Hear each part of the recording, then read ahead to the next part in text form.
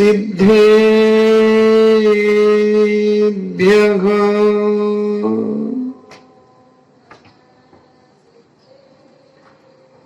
ॐ नमः सिद्धेभ्यः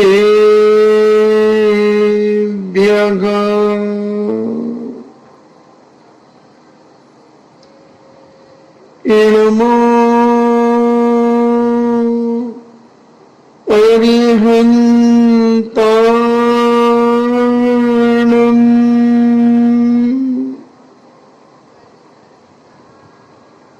इनमो सिद्धाणम्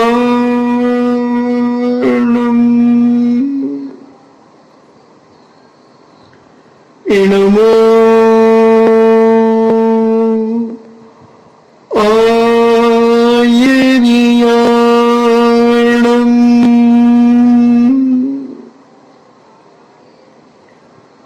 इनमो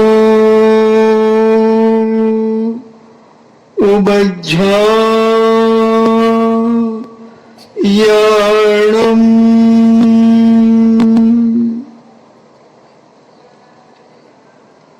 इनमो लोये सब्बे साभूणम्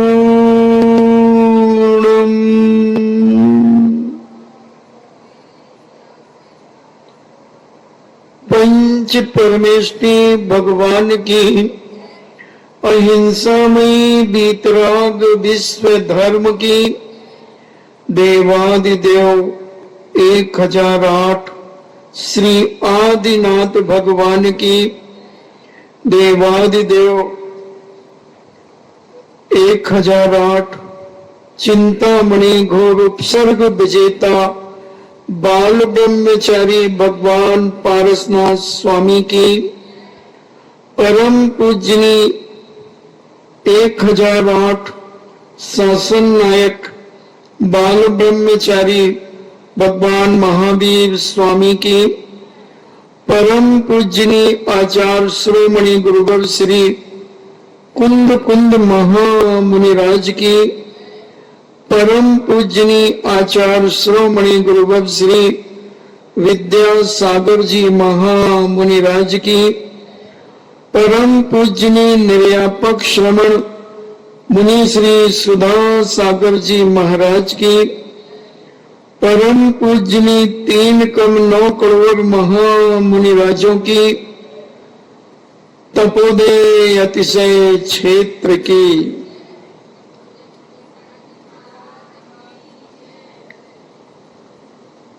चर्चा चल रही है कि संसारी प्राणी कैसे मोह में उलझना चला जा रहा है, सुलझने के उसके परिणाम ही नहीं हो रहे। कारण क्या है? कारण यही समझ में आता है कि वह वर्तमान पर्याय को ही पर्याय मानता है, आगे भविष्य की पर्याय उसका श्रद्धा का विषय नहीं बन पा रही है। वो नहीं सोच पा रहा है कि मेरा मरण भी होगा, क्योंकि जैसे बौद्ध दर्शनकार कहते हैं कि आदमी मरण कैसे कर लेता है, मोक्ष कैसे चला जाता है, एक साथ उसके कर्म कैसे नष्ट हो जाते हैं, प्रदीप बत। प्रदीप का मतलब होता है दीपक। जैसे दीपक बुझ जाता है, उसी प्रकार इस जीव के कर्म नष्ट हो जाते हैं और वह मोक्ष को प्राप्त हो जाता है। ये उसकी बहुत बड़ी अज्ञानता है। और ऐसे कुछ दर्शनकार मानते हैं कि पुनर्जन्म होता ही नहीं है। साइंस भी इस जगह पर कहीं कंफ्यूज है और कहीं साइंस पुनर्जन्म को मानता भी है। बहुत सारे दर्शनकार कहते हैं, चारवाक आदि कहते हैं पूर्व जन्म किसने देखा? ऋण लेकर के भी घी पियो, इन्हें खूब उधार माल खाओ, किसने देखा कि हमें चुकाना पड़ेगा? अगले जन्म किसने देखा? जब अगला जन्म ही नहीं होगा तो हमें चुकाना भी नहीं पड़ेगा। इसलिए जी भर के ऐश करो, खाओ पियो, मस्त रहो मस्ती में, आग लगे बस्ती में। ऐसी भी लोगों की धारणा। वो कहते हैं अपना काम बनता तो भाड़ में जाए जनता। ऐसी भी विचारधारा के लोग इस भारत भूमि पे हैं, और इन्हीं विचारधारा के लोगों का मन संसार की असारता को नहीं समझ पाता। या तो मुझे लगता है कि इन्होंने वैराग्य भावनाएं पढ़ना बंद कर दिया है, ऐसे ही कुछ लगता है। बहुत सारे लोग, पहले के लोग वैराग्य भावना पढ़े हुए सोते ही नहीं थे। वैराग्य भावना जरूर पढ़ते थे, उस पर चिंतन करते थे। अभी बैठे बैठे आरती जब मुनिश्री की चल रही थी, मुझे जिन पूजा दिख गई, मैंने उसे 12 भावना वैराग्य भावना का पन्ना खोल लिया, और मैंने उसी समय विचार किया कि इस वैराग्य भावना की 2 लाइन पढ़ने पर रूह कांप जाती है। मैंने 2-3 बार 4 एक अस्थिर भावना को पढ़ा, 2 बार रूह कांप गई, घबरा गया। और आज वैराग्य भावना नहीं पढ़ने का ये दुष्परिणाम है कि हम मोह जाल में उलझते जा रहे। हम इतने कष्ट पाकर के भी संसार को ही वोट दे रहे हैं, संसार को ही अपना नेता मानकर के अपनी जिंदगी को हम जी रहे हैं। और 12 भावना की मैं कहता हूं 2 लाइन अगर श्रद्धा से पढ़ ली जाए तो उसके दिल और दिमाग में छटपटाहट शुरू हो जाए, छटपटाहट शुरू हो जाए। मंगल राय की 12 भावना, भूधर दास की 12 भावना ऐसे वैराग्य को प्राप्त कराती हैं, हिला देती हैं जीवन को। बीज राख फल भोगते भोग दे, जो किसान जग माही, त्यों चक्री नृप सुख करे, धर्म विसारे नाहि। बीज राख फल भोगते, क्या कह रहे हैं यहां पर पंडित जी, भूधरदास जी, कि जैसे किसान बीज को रख करके अपने गेहूं का भोग करता है, ग्रहण करता है, बीज राख फल भोगते, जो किसान जग माही। यानी जैसे किसान इस संसार रूपी जग में बीज राख यानी बीज को रख करके बाकी अनाज को ग्रहण करता है, उसका फल भोगता है, त्यों चक्री नृप सुख करे। ऐसा ही चक्री, जो चक्रवर्ती होते हैं, इतने वैभव संपन्न होते हैं, सुख को भोगते हैं। धर्म विसारे नाही, इन्हें धर्म को भूलते नहीं है। चक्रवर्ती पद पाने के बाद इतना वैभव, तीर्थंकर तुल्य ही वैभव समझ लो उनका। जैसे तीर्थंकर को 32,000 मुकुटबद्ध राजा नतमस्तक होते हैं, ऐसे चक्रवर्ती को भी 32,000 मुकुटबद्ध राजा नतमस्तक होते, 32 चमर डुराए जाते हैं,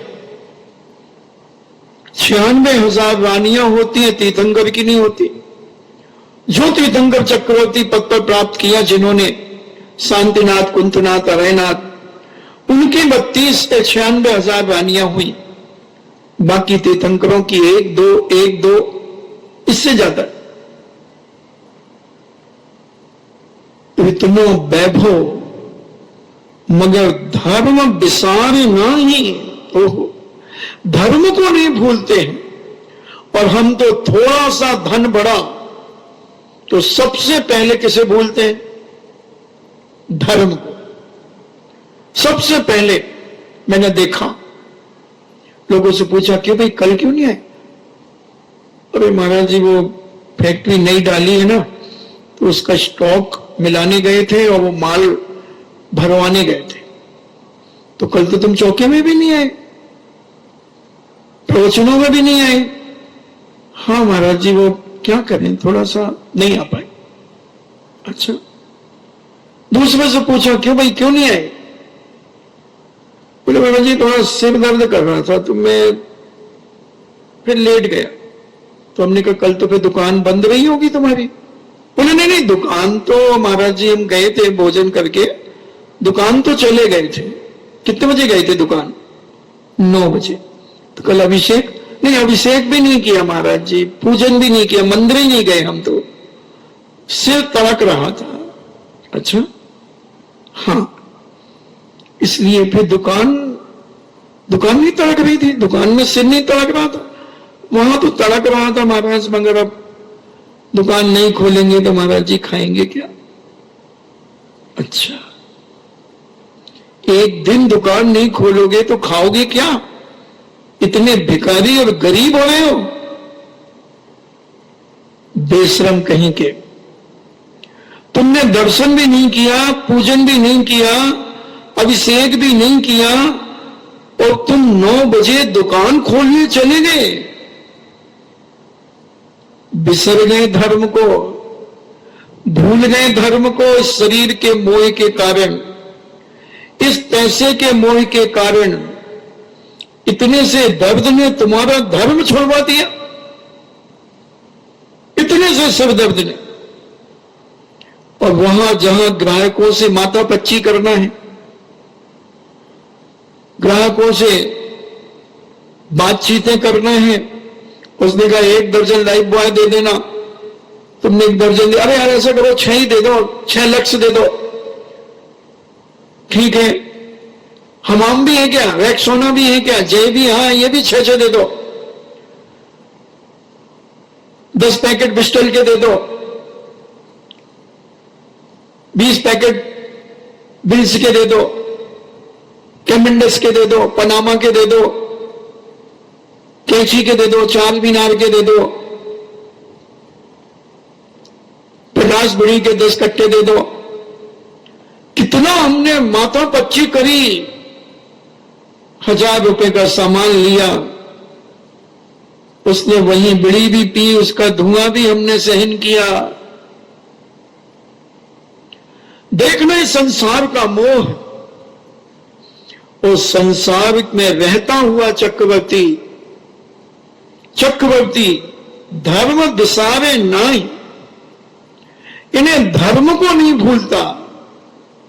सबसे पहले उसका कार्य होता है दैनिक क्रियाओं के कार्य, चाहे सिर फटे, चाहे कमर टूटे, चाहे घुटना टूटे, ये तो होंगे ही होंगे। फिर बाद में हम आके सो जाएंगे, फिर हम सो जाएंगे, मगर हम लेटे लेटे मोबाइल चलाते रहेंगे, शांति धारा होती रहेगी और हम शांति धारा देखने नहीं आ पाएंगे। क्यों नहीं आए? अरे वो कल रात को क्या लाइट गोल हो गई थी तो मच्छर बहुत काटते रहे, तो वो नींद ही नहीं आई मेरे को। तो नींद सुबह थोड़ी लग रही थी तो मैं फिर सुबह ही सो गया। तो कब उठा? तो मैं तो 10 बजे उठा महाराज जी। जब पड़गाने की आवाज सुनाई करी ना, तो मैंने कहा चलो अब पड़गान तो देख लें। अभी भी भारीपन लग रहा है बहुत। कितने बजे सोया था रात को? 2 बजे तो नींद आ गई थी मेरे को। अरे भैया 3, 4, 5, 6, 7, 8, 9, 10, 8 घंटे सोने के बाद और कह रहा है कि भारीपन लग रहा है, मोही कहीं का। और चक्रवर्ती के पास कितने काम थे, 96,000 तो उसकी ससुरालें थी चक्रवर्ती के।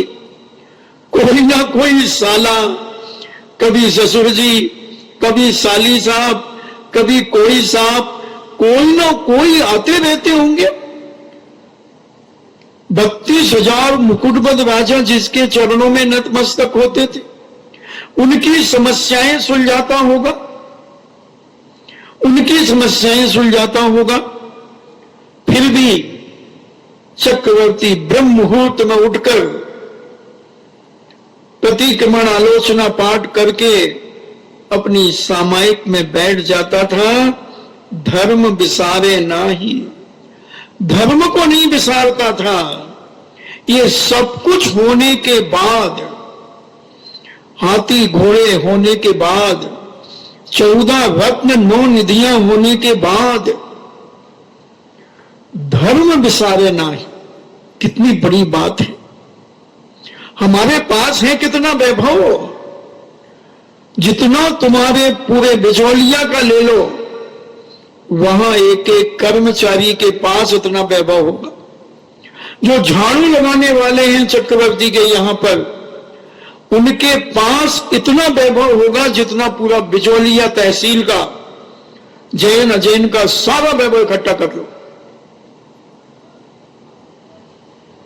उसे इतराना चाहिए, उनके नौकरों को इतराना चाहिए, उनकी देवियों को इतराना चाहिए, इन्हें उनकी रानियों को इतराना चाहिए, मगर धर्म विसारे नहीं।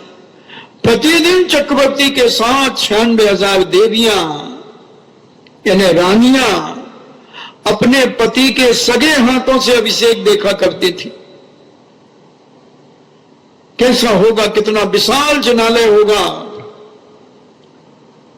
चक्रवर्ती का पूरा परिवार, जिसमें अभिषेक पूजन, महिलाएं बालिकाएं अभिषेक देखती थी और पूजन करती थी, और पुत्र और चक्रवर्ती अभिषेक करता था। विचार करना, ये विधि राज करे नर नायक, भोगई पुण्य विशालो। क्या कह रहे हैं इस वैराग्य भावना में, इस विधि यानी इस प्रकार राज करें, यानी अपने राज वैभव को करते थे नर नायक, यानी जो मनुष्यों के नायक थे। भोगई पुण्य विशालो, और अपार पुण्य को भोगते थे, अपार पुण्य को भोगते थे। सुख सागर में रमत निरंतर, जात न जान्यो कालो। और इस सुख के सागर में निरंतर लिप्त रहने वाला, जात न जान्यो कालो, कि कैसे यह काल जा रहा है। जात न जान्यो यानी वो जान नहीं पा रहा है कि ये समय कैसे बीत रहा है। तुम जान रहे हो 14 महीना और 10 दिन, 12 दिन हो गए, पता ही नहीं चला।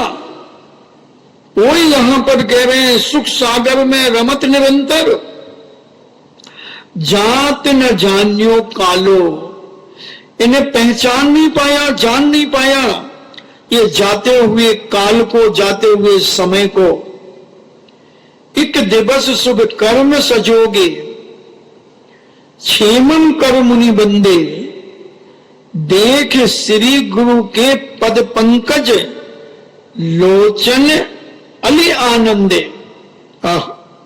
एक दिवस, एक दिन शुभ कर्म के सहयोग से, शुभ कर्म के उदय से क्षेमम कर मुनि पधारे। क्षेमम कर मुनिराज, मुनिपंदे उनकी वंदना की। देख श्री गुरु के पद पंकज, ऐसे क्षेमंकर मुनिराज के चरण कमल को देखकर, शिव गुरु के पद पंकज देखकर लोचन अली आनंद, और ये आंखों में बड़ा आनंद उपज गया, बहुत आनंद से भर गया। 3 प्रदक्षिणा दे सिर नायो, कर पूजा थुति कीनी, और उन मुनिराज की 3 प्रदक्षिणा देकर उसने सिर झुकाया। 3 प्रदक्षिणा दे सिर नायो, कर पूजा थुति कीनी, यानी उनकी स्तुति कीनी, पूजा कीनी, थुति यानी स्तुति। और 3 प्रदक्षिणा देकर बड़ी भक्ति भाव से मस्तक झुकाकर पूजा स्तुति करके साधु समीप विनय कर बैठो, चरणन में डिग दीनी, और बड़ी विनय भाव से, श्रद्धा भाव से मुनिराज के नजदीक बैठकर चरणों में खिदी दीनी, यानी चरणों में दृष्टि दीनी, यानी अपनी आंखों को पूज क्षेमंकर मुनिराज के चरणों में अपनी दृष्टि रख ली। गुरु उपदेश्यो धर्म शिरोमणि सुन राजा बैरागे, और मुनिराज ने कहा गुरु उपदेश ही, गुरु उपदेश्यो धर्म शिरोमणि, उससे कहा हे धर्म शिरोमणि सुन राजा बैरागे, यानी गुरु महाराज ने उसे उपदेश दिया, धर्म शिरोमणि सुन, उस राजा चक्रवर्ती को धर्म शिरोमणि की उपाधि दी। और सुन राजा बैरागे, हे वैराग्य से भरे हुए राजन तुम सुनो, राज रमा बनिता दिख जे रस, तेरस बेरस लागे। क्या उपदेश देते हैं उसे? राज रमा बनिता दिग्जे, तो राज में ऐसा रम गया है, राजपाट में, और अपनी बनिताओं में यानी अपनी स्त्रियों में ऐसा रचपच गया है। जे रस, ये जो तुझे इनमें रस आ रहा है, तेरस बेरस लागे, और तुझे बेबीतरागी रस बेरस लग रहे हैं, और ये संसार के रस तुझे अच्छे लग रहे हैं। मुनि सूरज कथनी किरणावली, लगत भरम बुद्धि भागी। मुनिराज सूरज की किरणों के समान कथनी कर रहे हैं, जैसे सूरज की किरणें निकलती हैं, ऐसे पूज्य मुनिराज के मुख से इस संसार की कथनी बता रहे हैं। लगत भरम बुद्धि भागी, और तुम्हें ये भ्रम लग रहा है, धर्म धर्म बुद्धि, तेरी बुद्धि भाग गई है। इस संसार के राग रंग में तू ऐसा रच पच गया है जो भ्रम है तेरे लिए। भवतन भोग स्वरूप विचारियो, परम धर्म अनुरागी। तू अपने भव भव की याद कर, इस शरीर से भोगे हुए भोगों पर विचार कर, ये तो अनादि काल से कर रहा, अब अपने स्वरूप पर विचार कर कि हे भगवान, क्या मैं संसार में ही जन्म मरण करता रहूंगा, इस संसार में भी डोलता रहूंगा। भवतन भोग स्वरूप विचारियो, परम धर्म अनुरागी। अपने स्वरूप के, आत्मा के स्वरूप को विचार कर, क्या मैं तेल नॉन लकड़ी में ही जिंदगी समाप्त कर दूंगा, रोटी कपड़ा मकान में ही जिंदगी समाप्त कर दूंगा, ये नाती पोते बाल बच्चों में ही जिंदगी समाप्त कर दूंगा? नहीं, तू अपने आत्म स्वरूप को पहचान, उस पर विचार कर। परम धर्म अनुरागी, और परम वीतरागी धर्म से अनुरागी हो जा, उससे अनुराग धारण कर ले। इस ये संसार महावन भीतर भरमत और न आवे। ये संसार महान भयानक अटवी है, भयानक जंगल है। ये संसार महावन भीतर भरमत और न आवे। इस संसार रूपी महाअटवी में, इसके भीतर आदमी भ्रमित ही हो जाता है और ना आवे, और इसको कोई और छोर समझ में नहीं आते। जामन मरण जरा तब बाझई जीव महादुख पावे।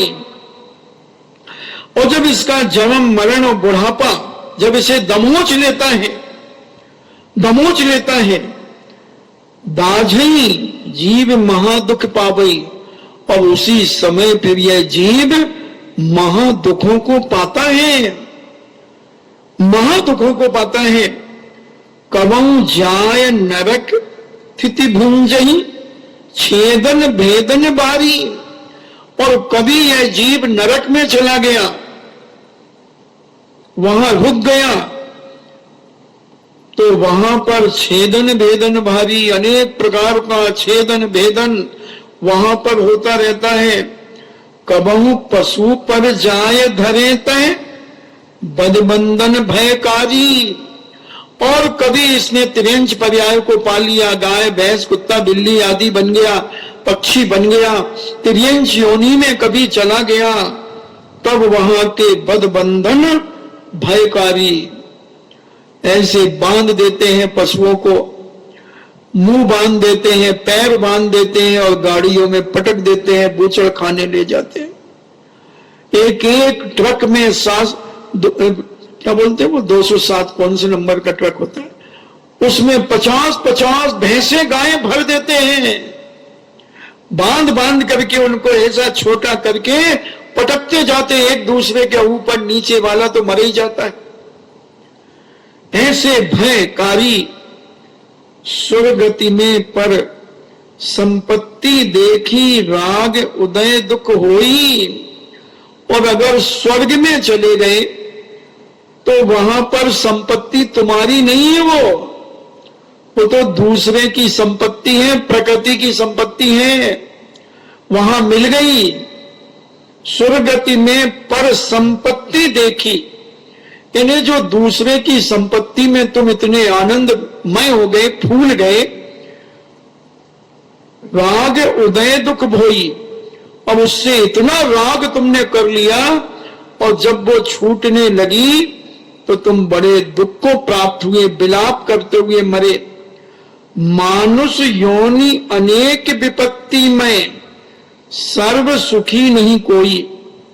और ये मनुष्य पर्याय भी अनेक विपत्तियों का घर है, अनेक विपत्तियों का घर है। सर्व सुखी ना ही कोई, सब प्रकार से कोई इस संसार में मनुष्य भी सुखी नहीं है। कोई तन दुखी, कोई मन दुखी, कोई धन दुखी दिखे। अनेक अनेक प्रकार से दुख, अनेक अनेक प्रकार से पीड़ाएं। कोई इष्ट वियोगी बिलखे, कोई अनिष्ट संयोगी।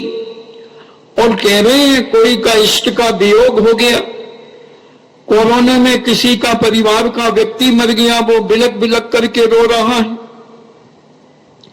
थोड़ी सी बीमारी हो गई, हम बिलखने लगे। कोई अनिष्ट संयोगी, कोई को ऐसा संयोग हो गया, पहले वो सुखी था, सारे लोग उसके इष्ट थे, अब परिवार में 2-4 लोग ऐसे आ गए जो तुम्हारे जीवन के लिए अनिष्ट कारक हो गए।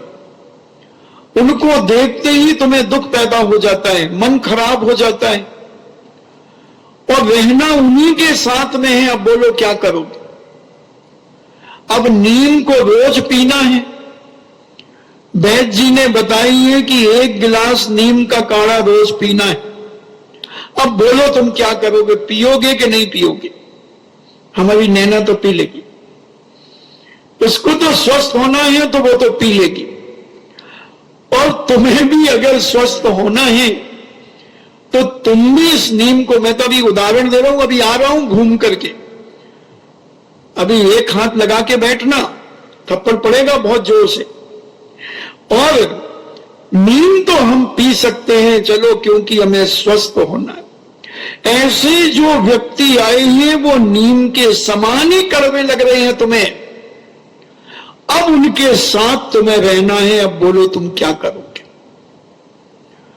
जैसे तुमने 2-4 दिन मुंह बना करके नीम का जूस पिया है, फिर 2-4 दिन के बाद थोड़ी मुख में विकृति तो नहीं आई मगर थोड़ा सा कड़वा लगा, फिर 2-4 दिन के बाद तुम तो ऐसे डकार गए जैसे तुमने मौसमी का जूस पिया।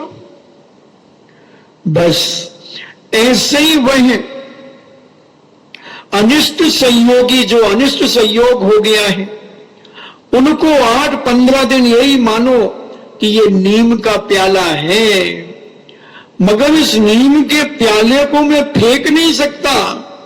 इस नीम के प्याले को तो पीना पड़ेगा, मुझे अपने साथ रखना पड़ेगा, भोजन की थाली पर भी रखना पड़ेगा। नीम की वो कड़वी गंध आती है। मैं तो 1-1.5 महीना पिया मैंने 1 गिलास नीम का काढ़ा। पूज्य गुरु जी ने 1990 में कहा कि देख गंभीर सागर, अगर तुझे अपना ये बुखार अगर मिटाना है तो नीम का जूस पीना पड़ेगा, नीम का जूस पीना पड़ेगा। मैंने कहा महाराज जी पी लूंगा, आचार्य श्री मैं तो पी लूंगा।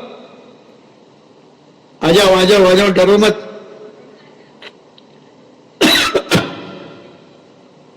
आ जाने दो ना, कौन है?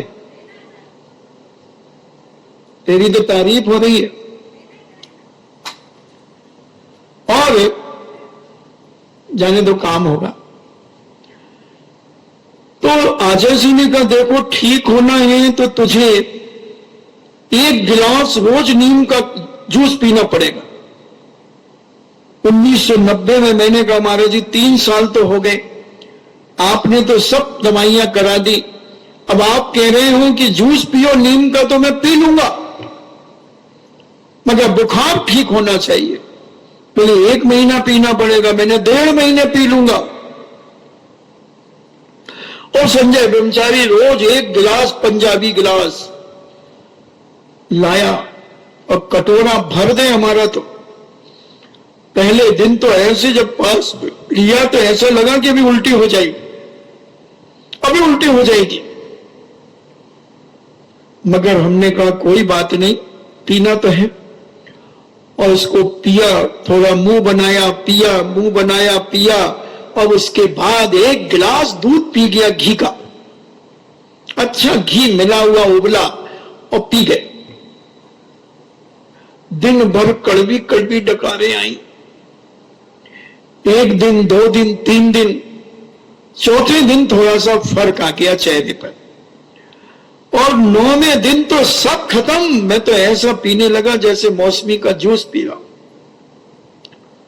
मैंने कहा अब अनिष्ट का संयोग हुआ है तो अब इसको तो ग्रहण करना ही पड़ेगा, गुरु की आज्ञा है। ऐसी कर्म ने तुम्हें ऐसा अनिष्ट लोगों के बीच में तुम्हें रख दिया है, अब उस कर्म को तुम धुतकार नहीं सकते। उस अनिष्ट संयोगी व्यक्ति को तुम्हें मिलाकर के चलना ही पड़ेगा। अगर तुम अपने जीवन में आनंद चाहते हो, तो उस अनिष्ट संयोगी व्यक्ति को देख करके बिल्खो मत, रो मत, दुखी मत हो, टेंशन मत करो, तनाव मत करो। सोचो कोई बात नहीं, पूर्व जन्म में हमने इसे सताया होगा, इसलिए आज ये हमारा सगा बनकर के मुझे सताने के लिए आया है।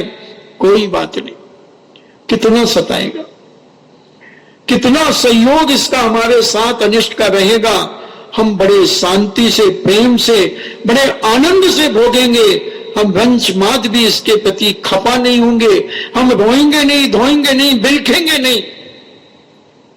ऐसा परिणाम अपने जीवन में करो।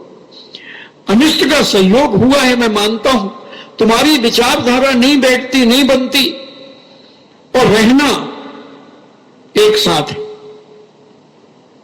तो नीति कहती है फौरन अपने कर्म के ऊपर जाओ, अपने कर्मों से बात करो कि हे कर्म, क्या ये सच है? पूर्व जन्म में हमने ऐसे सताया था, हमने इसका सगे बनकर के हमने इसे जीवन भर दुख दिया था, ये बिलकता रहा जब तक मैं जीवित रहा। उस समय मैं बलजोर था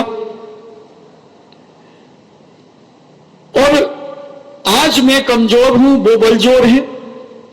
या तुम पहले कमजोर थे तो तुम्हें सताया गया और आज अनिष्ट का सहयोग मिला, अब तुम बलजोर हो, वो कमजोर है।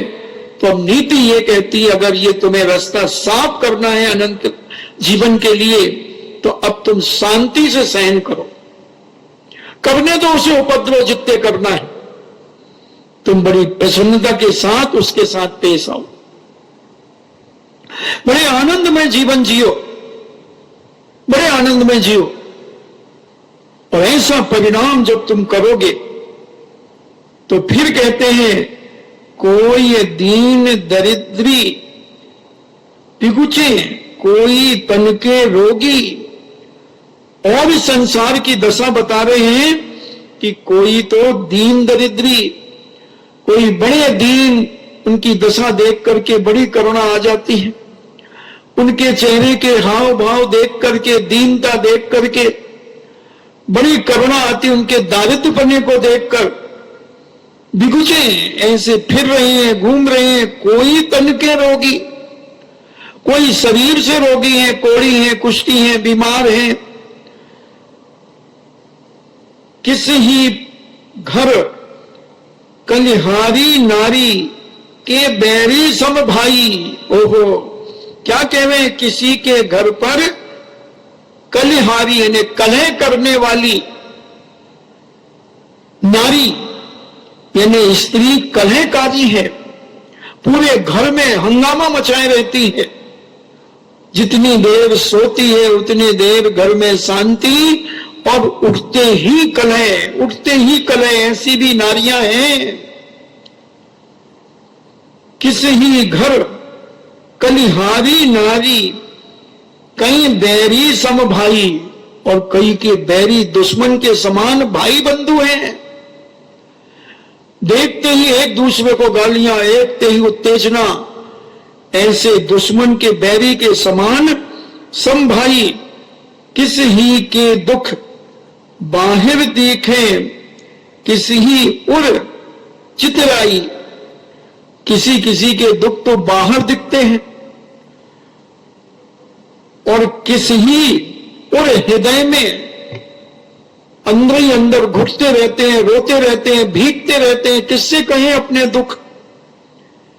किसी ही उर चिताई यानी उनके चित्त में वो दुख ओत-पोत रहते हैं, वो हमेशा अंदर से दुखी रहते हैं। ऊपर और कोई ऊपर से दुखी रहता है। कोई पुत्र बिना नित झूरे, होए मरे सब रोवे। पुत्र के बिना नित झूरे, जब तक संतानें आदि नहीं होती तब आदमी बड़ा दुखी होता है, इधर घूमता वहां घूमता। होए मरे जब रोवे, और जैसे तैसे पुत्र आदि हो गए और मरण को प्राप्त हो गए तो रोवे। खोटी संतति सो दुख उपजे, क्यों प्राणी सुख सोवे। क्यों प्राणी सुख सोवे। खोटी संगति, गलत संगति हो गई, किसी शराबी जुआड़ी की संगति हो गई, कोई दुराचारी स्त्री की संगति हो गई। खोटी संसति सो दुख उपजे। अब पूरा परिवार दुखी है, घर का एक सदस्य खोटी संगति में चला गया, शराबी हो गया, जुआड़ी हो गया, गुंडा हो गया, परस्त्रीगामी हो गया, बेश्यागामी हो गया, जुआरी हो गया, अनेक अनेक प्रकार के खोटी संगति, सो दुख उपजे। सब सुखी है, सब कुछ है, मगर वो एक घर का सदस्य ऐसा दुराचारी हो गया कि उसके कारण पूरा परिवार मुंह दिखाने लायक नहीं रहता। बेशरम बन के मुंह दिखाते हैं, अंदर से घुटन पैदा होती है, दुख पैदा होता है। क्यों प्राणी सुख सोवे, क्यों प्राणी तू सुख से सो रहा है?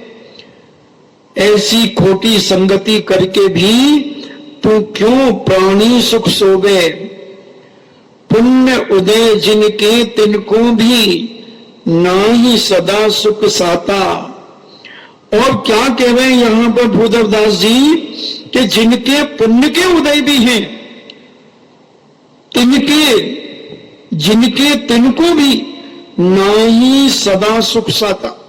बड़े बड़े अमीर सेठ साहूकार भी हमेशा सुखी नहीं रहते, साता कर्म का उदय नहीं चलता। यूं जगबास जथारथ देखें सब दीखे दुखदाता। कह रहे हैं ये पूरे जगवास को देख लो, पूरे संसार को देख लो, जथारथ पूरी जगह जगह छान मारी, एक एक चप्पा चप्पा छान मारा, सब दिखे दुखदाता। सभी ऐसे लग रहे कोई ना कोई दुख जरूर देता है, जरूर कोई दुख पाता है, कोई आदमी सुखी नहीं। यूं संसार विशेष को हो तो तीर्थंकर क्यों त्यागे? यहां भूधरदास जी कहते हैं, अरे पगले, अगर इस संसार में सुख होता तो तीर्थंकर इस संसार को त्याग करके क्यों जाते? इतने बड़े तीर्थंकर जिनके गर्भ में आने के 6 महीने पहले से और जन्म तक 15 महीने में 47 खरब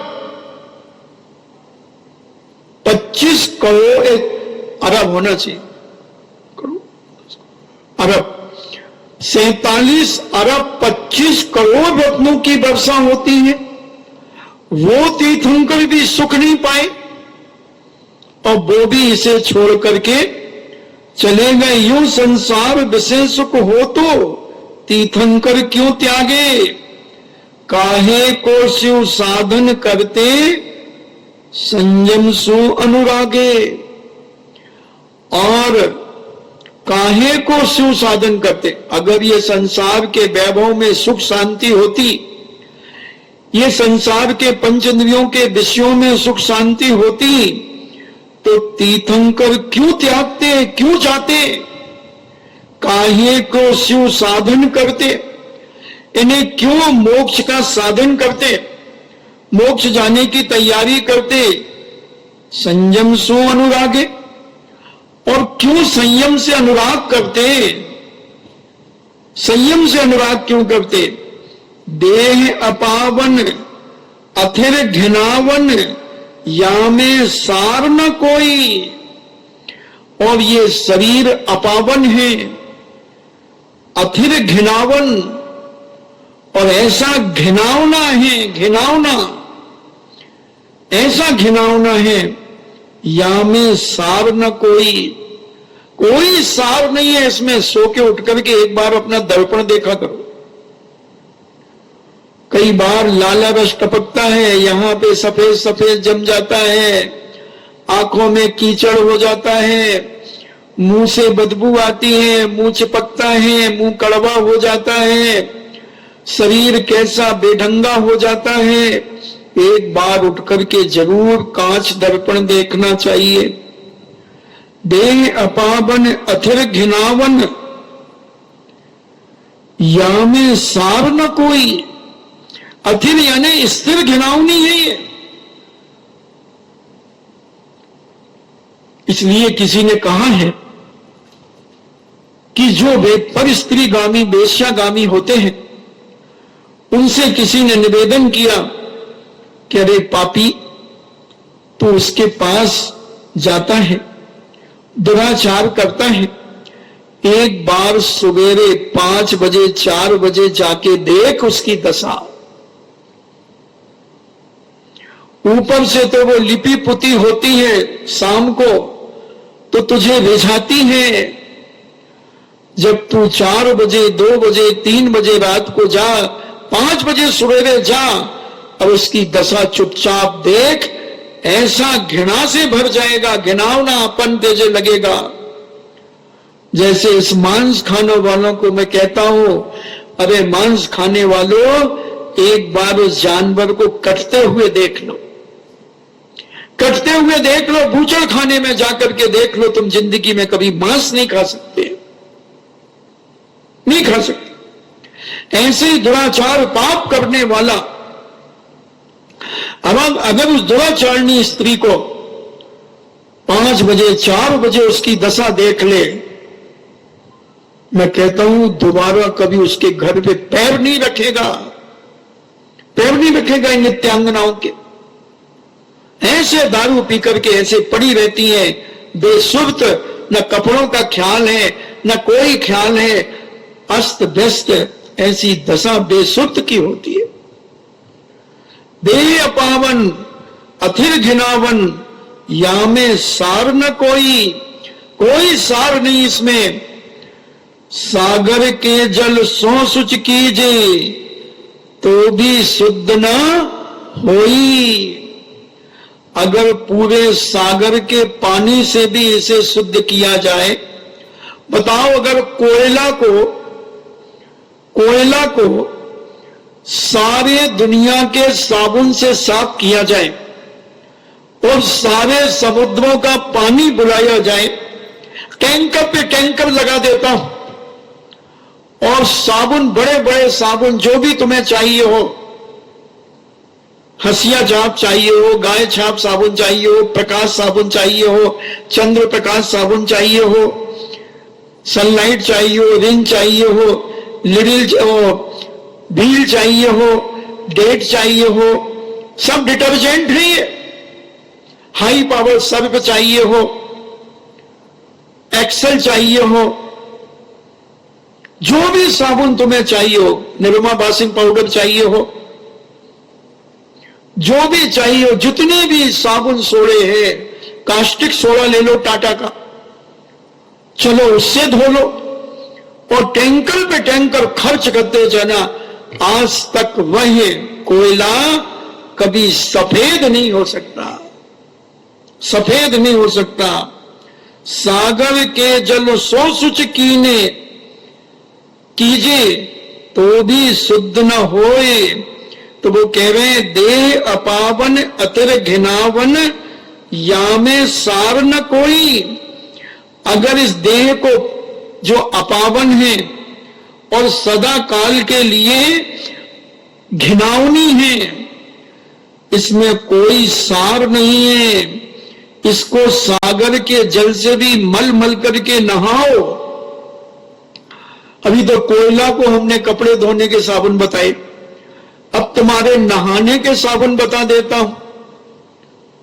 सबसे पहले शुरू करूं, लाइफ बॉय है जहां तंदुरुस्ती है वहां, जो चर्बी से भरा हुआ है, चर्बी से युक्त है लाइफ बॉय साबुन। जितना उसमें TFM लिखा होता है वो चर्बी का परसेंटेज लिखा होता है। लक्स, लिरिल, रेक्सोना, हमाम, जय, सेंगल soap, Cinthol, Pond's, Lux supreme,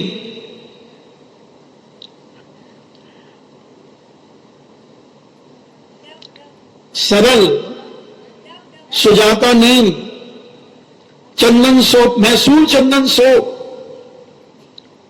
और एक डब साबुन भी बड़ा अच्छा मानते हैं लोग। डब, पियर्स, हिमानी, ढेरों साबुन आते।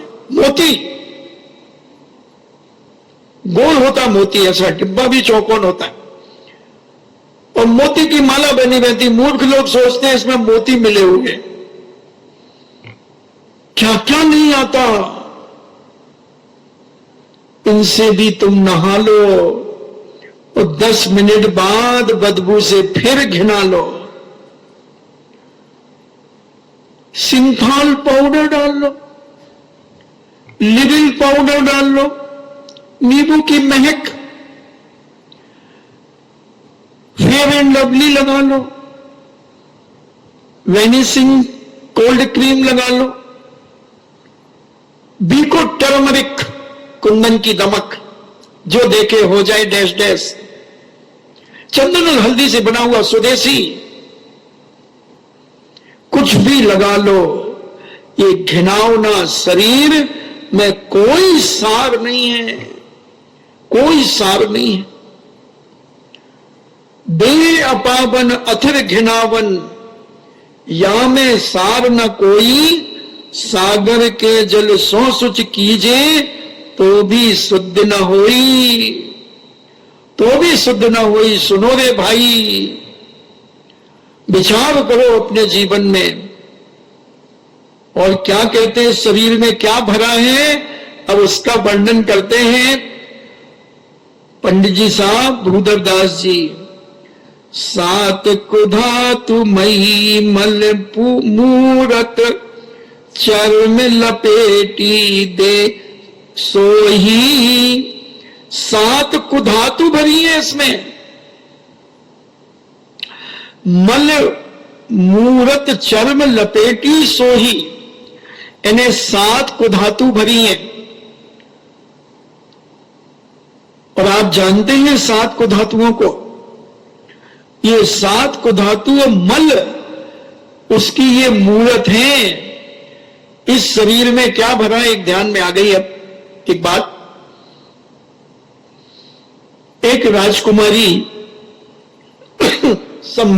सर्वांग सुंदर थी और उससे अनेक अनेक राजकुमार प्रस्ताव रखते, मगर वह वैराग भावना प्रतिदिन पड़ती थी। और उसने जब जाना कि ओहो ये शरीर सात कुधातुओं से भरा हुआ है, मल मूरत चर्म लपेटी सोई, और ये सात धातु और मल से बनी हुई मूरत, ये शरीर, और इसमें चमड़े का लपेट चर्म लपेटी सोई। तो उसने कहा कि भाई मैंने तो ब्रह्मचर्य धारण कर लिया है, मैं संसार के कीचड़ में नहीं उतरूंगी और मैं शादी विवाह नहीं करूंगी। वो तो कहें कि नहीं हम करेंगे, हम तो करेंगे। तो उन्होंने कहा ऐसा करिए, आप सब एक साथ आइए, मगर एक हफ्ते बाद आई। और उसने अपने शरीर का पूरा खून निकला करके एक बाल्टी में भर दिया।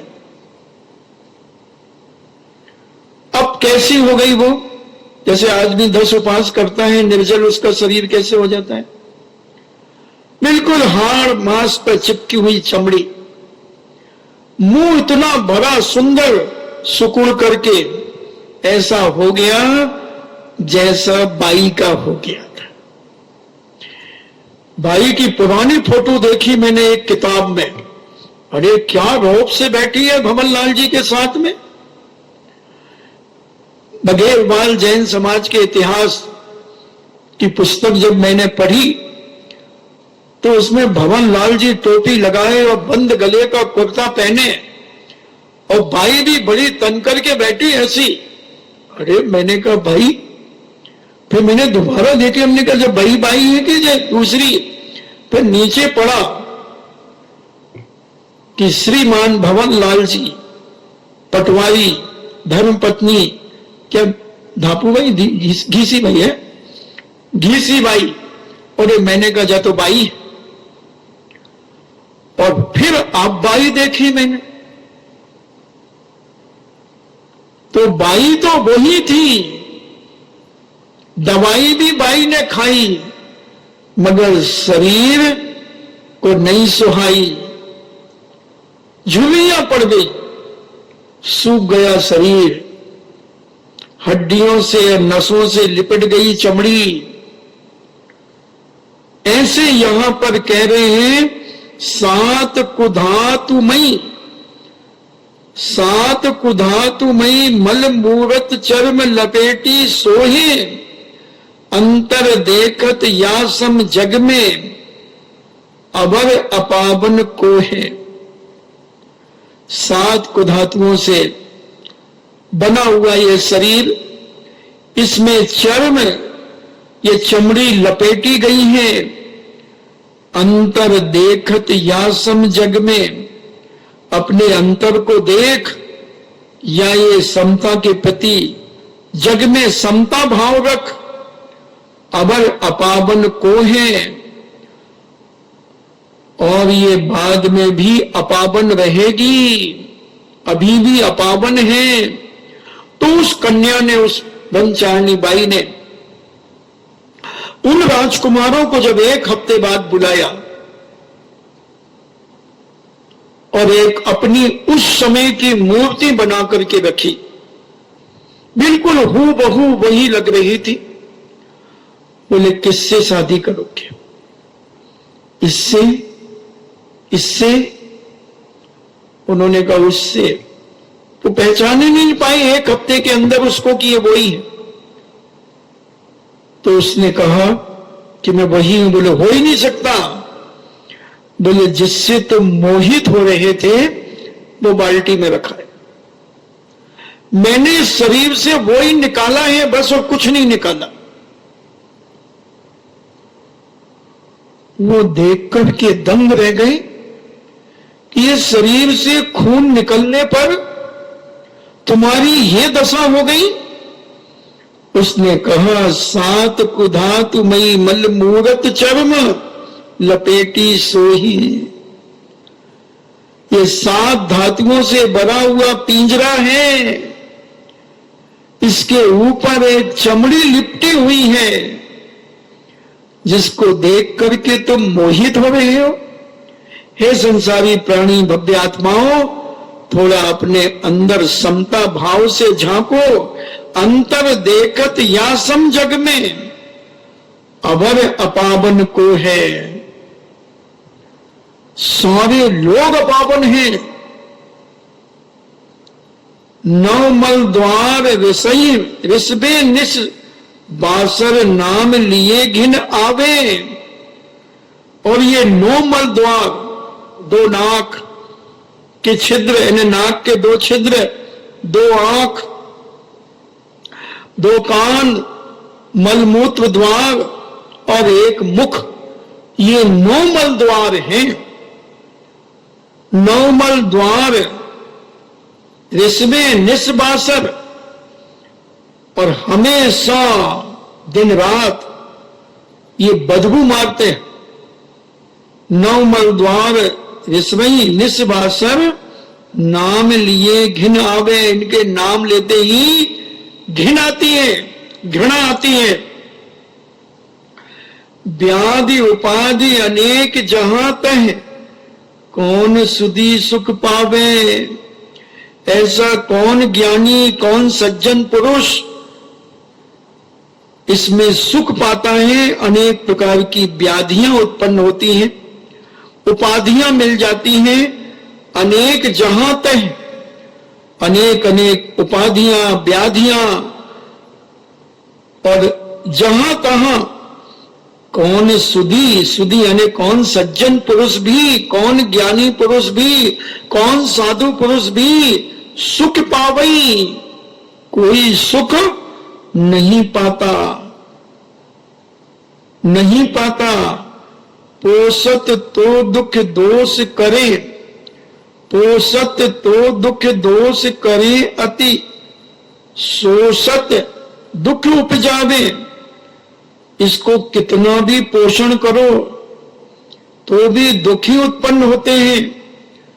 अति शोषत सुख उपजावे, और इसका अगर शोषण करोगे तो सुख उपजते हैं। व्रत उपवास नियम संयम लेकर के अगर तुम साधना करोगे तो तुम्हें सुख की उपलब्धि होगी। दुर्जन देह स्वभाव बराबर मूर्ख पीति बढ़ावे। आहा, मूर्ख कह रहे उसे। दुर्जन देह, ये देह जो है इसका स्वभाव दुर्जन है। जैसे दुर्जन का स्वभाव होता है, सांप का स्वभाव क्या है? चाहे तुम उसे कितना भी दूध पिला दो, मगर वो दूध कभी अमृत नहीं बन सकता, वो जहर ही बनेगा। ऐसे ही कह रहे हैं, दुर्जन देह स्वभाव बराबर। इस शरीर का जो स्वभाव है वो दुर्जन के समान ही है। कितना भी खिला दो, पिला दो, सब कुछ कर दो, थोड़ा सा एसी ज्यादा चल गया, आछिक आछिक आछिक, क्या हुआ? अरे वो रात को एसी बंद करना भूल गए, तो ये पूरा सिर फट रहा है, जुकाम हो रही है मेरे को तो पूरा। अरे तुम तो कह रहे थे बहुत गर्मी है। हाँ गर्मी तो थी, मगर मैं अब नींद लग गई, तो वो एसी रात को 11 बजे बंद कर देते हैं, मगर कल नहीं कर पाई, 3 बजे तक ऐसा चला भाई, तो कभी छूटने लगी, पूरा शरीर टूट रहा, हाथ पांव बिल्कुल ऐसे हो गए, क्या करें? तो कह रहे हैं, दुर्जन देह स्वभाव बराबर, मूर्ख पीति बढ़ावे।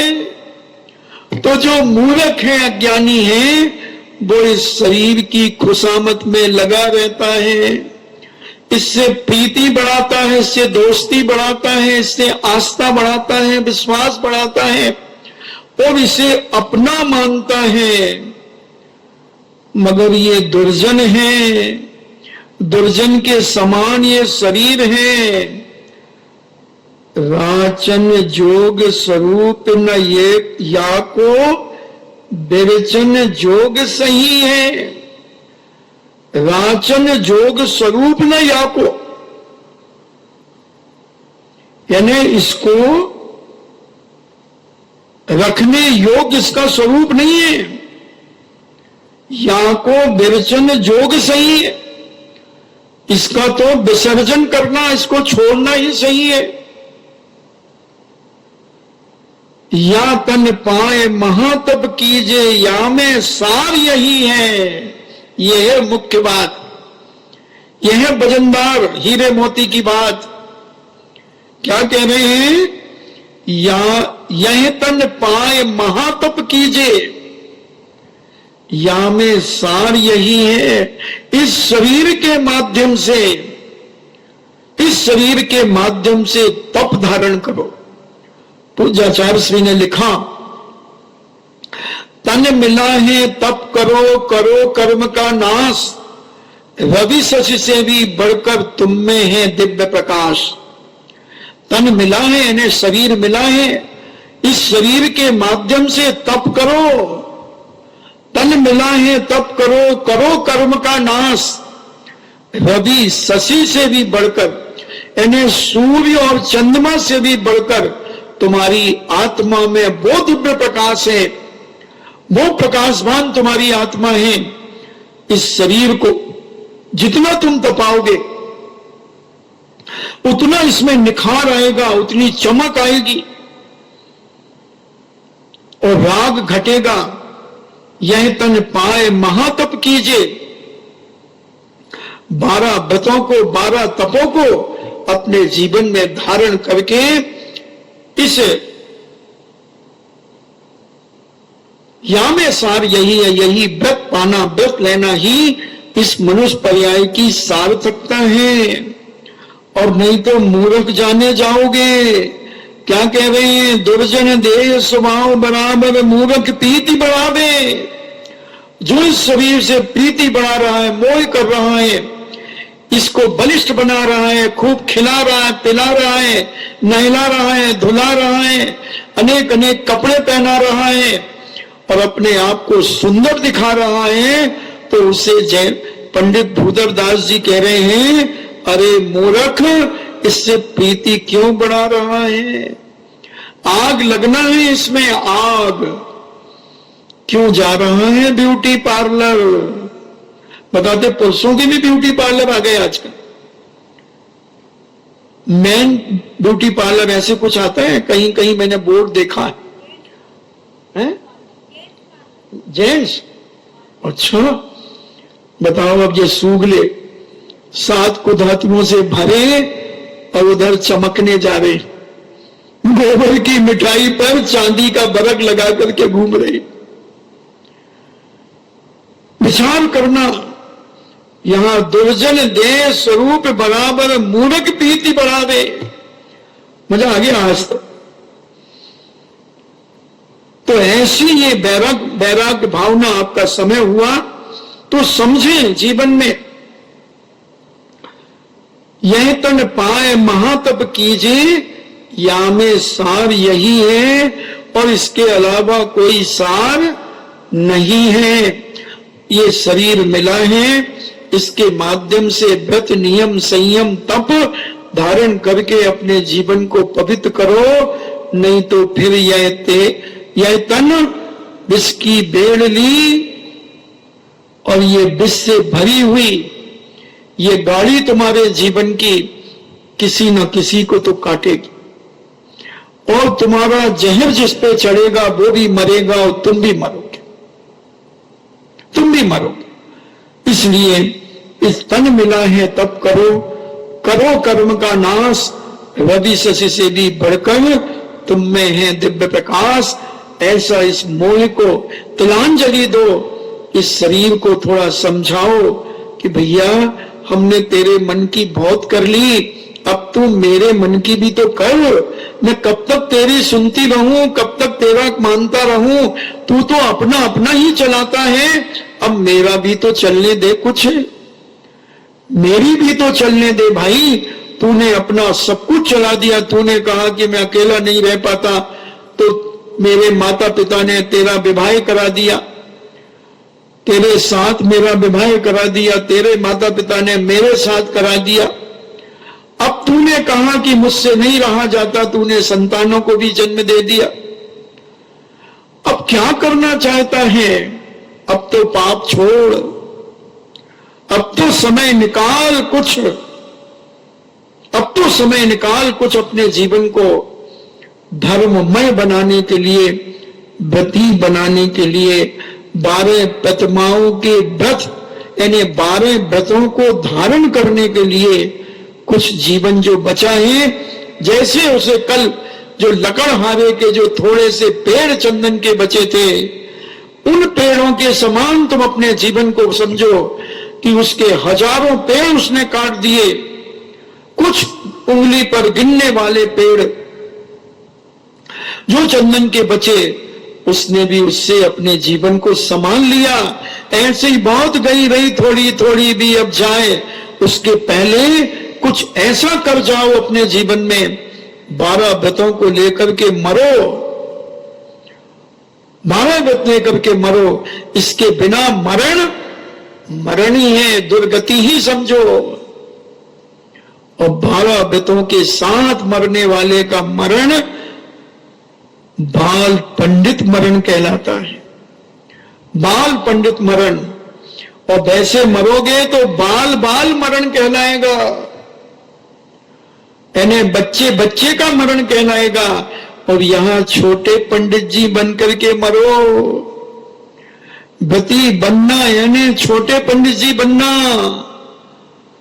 और छोटे पंडित जब मरेंगे तो ज्ञानवान और व्रतों से युक्त होकर के मरेंगे, तो उनका कल्याण का रास्ता खुलेगा। आपका समय हुआ, आप समझें अपने जीवन पर। और प्रत्येक मां बहन भाई कम से कम मंगत राय की वैराग्य भावना, भूदेव दास की वैराग्य भावना, तुम वो पढ़ लेते हो, राजा राणा छत्रपति आतन के अस्वार मरना, सबको एक दिन अपनी अपनी बात, वो तो तुम छोटे छोटे बच्चों को रटा देते हो।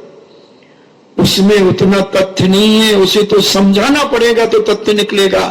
क्योंकि नींबू में से रस नहीं निकलता, जब तक नींबू को निचोड़ नहीं तब तक रस नहीं निकलता। ऐसे ही इन 12 भावनाओं को जितना तुम निचोड़ोगे उतना इनमें से तत्व रस निकलेगा, जो हमारे जीवन को स्वस्थ करेगा, पवित्र करेगा और आनंद से भरेगा। इन्हीं मंगल भावना के साथ जिनवाणी स्तुति।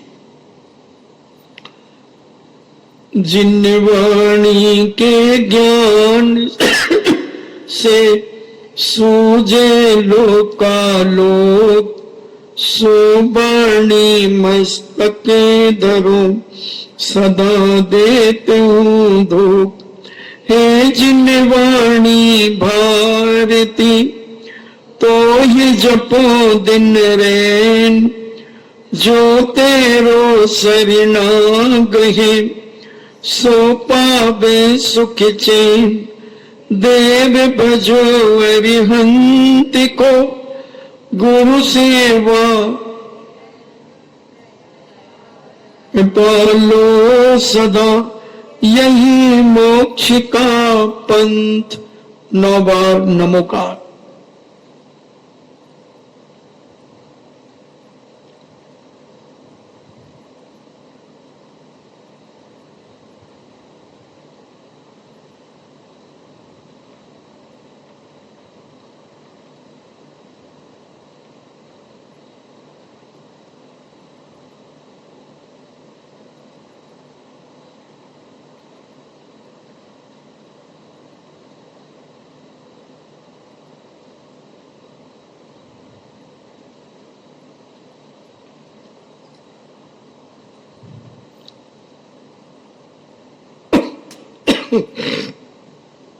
परम पूजनी द्वादशांग जिनवाणी माता की।